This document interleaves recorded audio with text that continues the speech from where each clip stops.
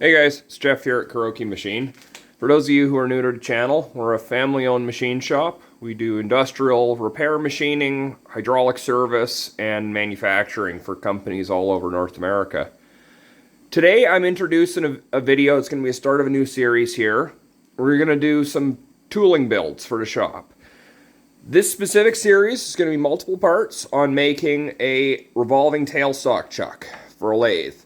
We have a couple other ones in mind going forward. I need to make a collet chuck mount for one of our lathes. We need to make some new tooling for a vertical shaper.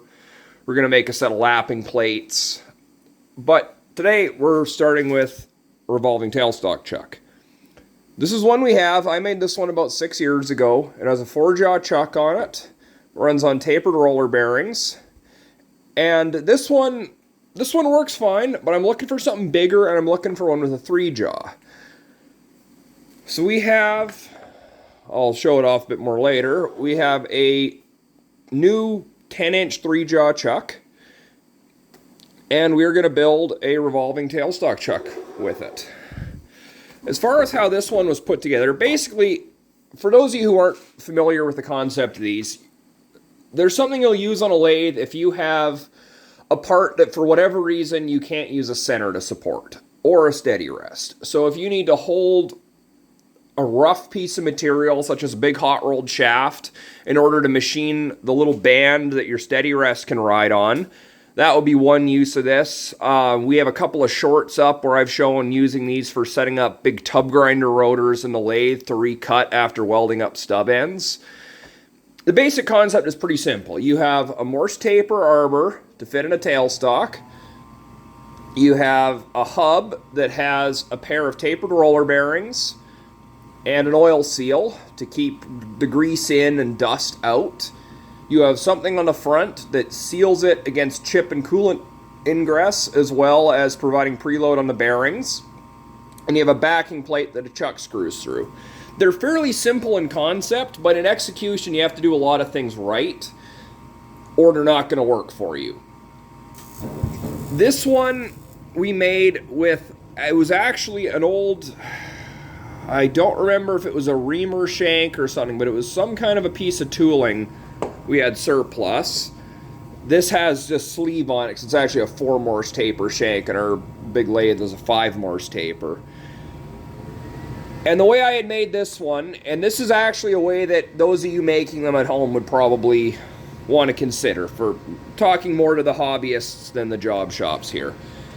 We started with a piece of tooling, and I'm actually going to do a little bit of a drawing of how we made that shank, because this is, I can see it all right. So, Morse taper, cut off whatever's there, machine a socket. This would just be a straight bore, go in an inch or so. And then you take a larger chunk of shaft and turn down a shoulder that fits in there. Weld prep, weld it solid, and then running off your Morse taper, use that to machine everything for your bearings to sit on. And that's the way you can make these without having to cut a Morse taper. The other trick you can use that I used on this one, if you go to an auto parts store, SKF makes trailer wheel bearing kits. And this was a kit for a little boat trailer.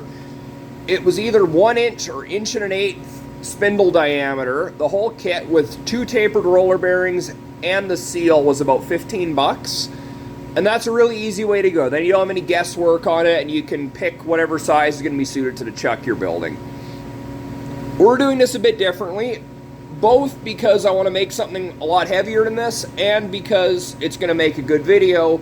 We're going to build the chuck assembly completely from scratch. So I'm going to move this out of the way and start laying out what exactly we're doing here. So first off, we have the chuck. This is a new Chinese-made 10-inch 3-jaw. We got this from a machine tool importer here in Canada that we've bought. That's actually the same one we bought our big lathe and one of our milling machines from. It's just a plain back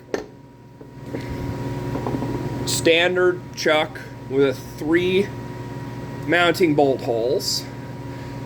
So right now that establishes the first part we need for our design. We need to have a plate that is 10 inches in diameter, has a shoulder cut to index on the back of the chuck, and we need to have 3 bolt holes drilled in order to secure the chuck onto the back plate. For the bearings, we have Timken tapered roller bearings. These are leftovers from a job we did quite a few years ago. We had misordered some bearings for a gearbox, something of that nature. I can't even remember exactly. But these are your standard 2-piece cup and cone sets. So you have the cone, which is your inner race and rollers, and you have the cup, which is your outer race. I'm going to leave these wrapped in plastic, even though you can't see them very well, just to keep any dust and contamination out of the bearings before we assemble this. I will show them in detail and how to grease and preload them when we get to the point of assembly. So we have a pair of these that are 1.5" ID and a pair of these that are 1 3/4" ID.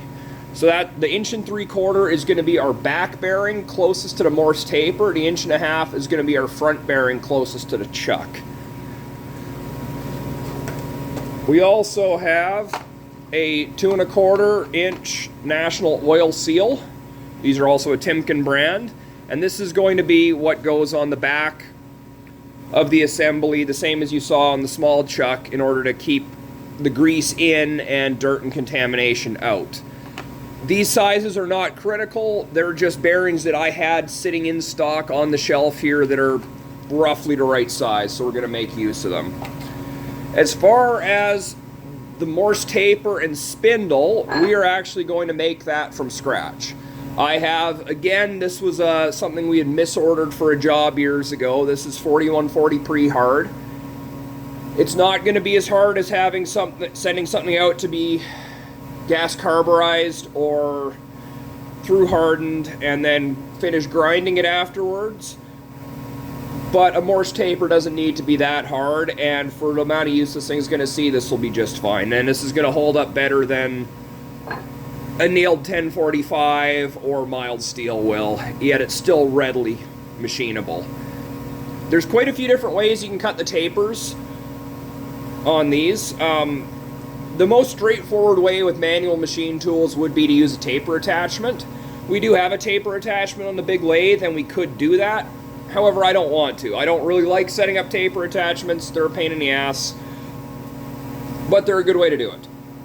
The other benefit you have with doing with a taper attachment is if you did want to heat treat and grind, or even just finish grind your soft taper, you can swap out your tool post for a tool post grinder, leave the taper attachment set up out how it is, and then cylindrical grind your taper to finish.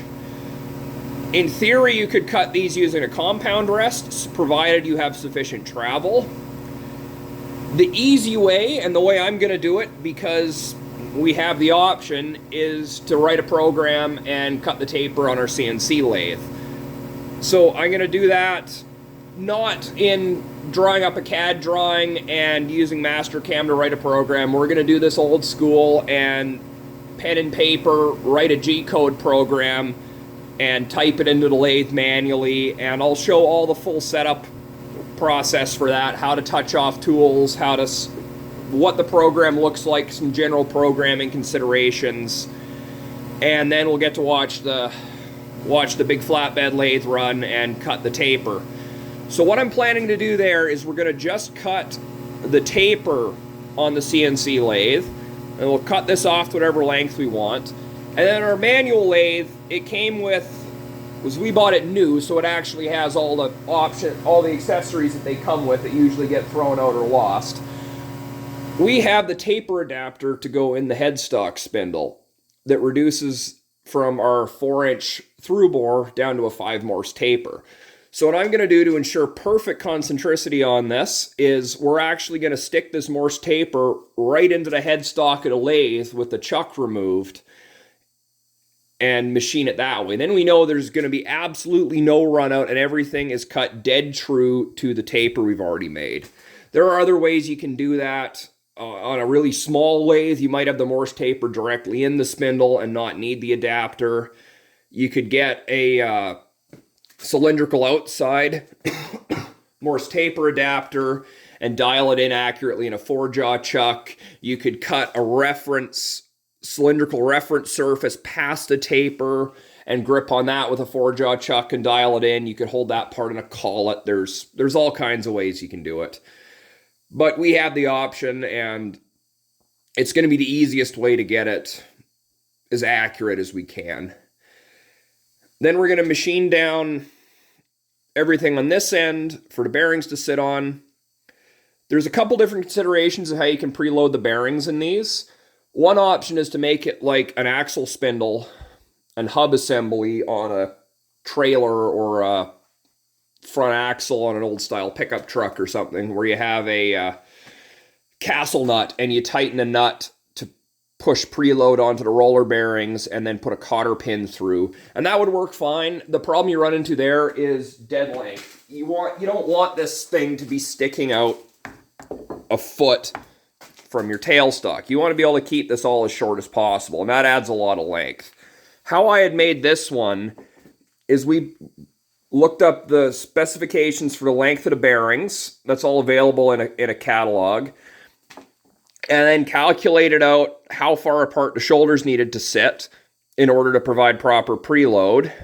And then we calculated out how far away the shoulders would sit, and then cut everything so that it would seat together with a couple thou of preload.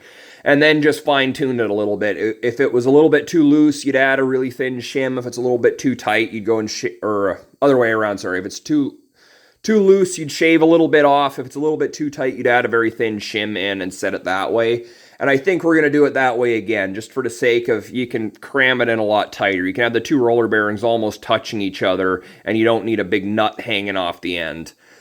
As far as the actual retaining, you see in there's a bolt, and that plug that the bolt goes through presses on the face of the front bearing, and it also fits snugly in the machined ID of this housing. And we actually cut a groove and put an O-ring in there, again, just to help keep any coolant or anything else from working its way in there.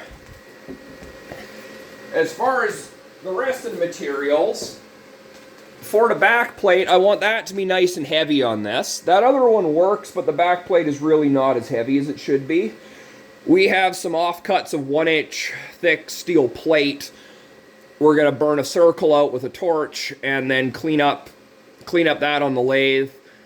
The hub itself we're going to make from some leftover 5-inch round 1045. And then we'll rough machine all of that, weld it together, and then finish machine it, the weldment, as one piece. I might also consider making a cutter to try trepanning the center out of that piece of plate, just for the sake of it being kind of an interesting demonstration. But what I'm going to do now is just give you a little more of an idea of how we design this. So that's the other thing I should have mentioned earlier here. Don't expect this to be a super polished, everything happens fast and everything is figured out entirely ahead of time video. That's not what I'm going for here. I know some people, that's going to put them off because they just want to watch something happen magically. But for people who are really wanting to learn, you're going to see all my thought process, how we approach jobs, how we go about doing something like this start to finish. Everything from the initial design, how we pick what kind of tooling we use. You're going to see problems and things that I screw up and things that didn't work exactly how I thought. And we'll show you what happens when you run into that, how you figure it out. So for those of you who actually do machining work and want to learn, I think you're going to get a lot from this series. So for a basic sketch, so this is the first step on anything like this, is figure out what you want to make it out of, what parts you have available, what criteria you need to meet. The second step is do a rough sketch. So we're going to have our Morse taper, and now again keep in mind none of this at all is to scale. We'll have our larger diameter that oil seal runs on. We'll have our shoulder step down for the first bearing. Tapered transition. Shoulder for the second bearing. And then we'll have our center hole for a retaining bolt to hold the plate on. And this is basically what we're going to make out of this piece of 4140. So we're going to turn the taper on the CNC lathe, and then we're going to stick that taper into the headstock of the manual lathe and finish all of this off on there. You could make this all in one operation on a CNC, but I think that makes for kind of a dull video. We're going to have our roller bearings are going to sit here and here. Our seal's going to sit here. Our overall housing is going to have our inside bore. And these are not the final drawings I'm going to build this from. These are just get everything on paper, get your ideas in line, and see anything that's going to come up and cause a problem, try and find it before it does. So this shoulder here is going to be where it seats in against the back, the main plates that we're going to make separately and weld on. We'll have a bit of a step in that. And then we'll have this bore continue through. There will be another step here where this smaller diameter bearing sits, but I don't really care enough to draw that for what we're doing. This is going to get the point across. So we have our arbor or spindle. We have roughly what our hub is going to look like. The weldment is going to be, or the backing plate rather, is going to be 2 circles. We're going to have our 3 bolt holes, and this center hole will slip over this diameter here, and we will have something that essentially looks like that. And this will be a fillet weld filled out, and then we'll finish machining all of that at the end. There will also be a step in this face here that engages on this surface, reference surface on the back of our chuck. Anyways, that's kind of a basic overview. I'll hold this up so everyone can see it a little better. This is where you start on a design. So the next step here is I'm going to go and actually calculate everything out and do up proper drawings off camera of how we need to make everything. And then we'll pick this up in the next video.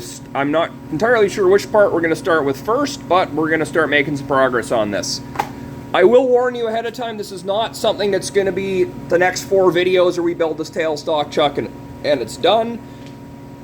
We are a working shop. We always have lots of other projects on the go, and this is something that is going to be picked away on as I have a bit of free time here and there.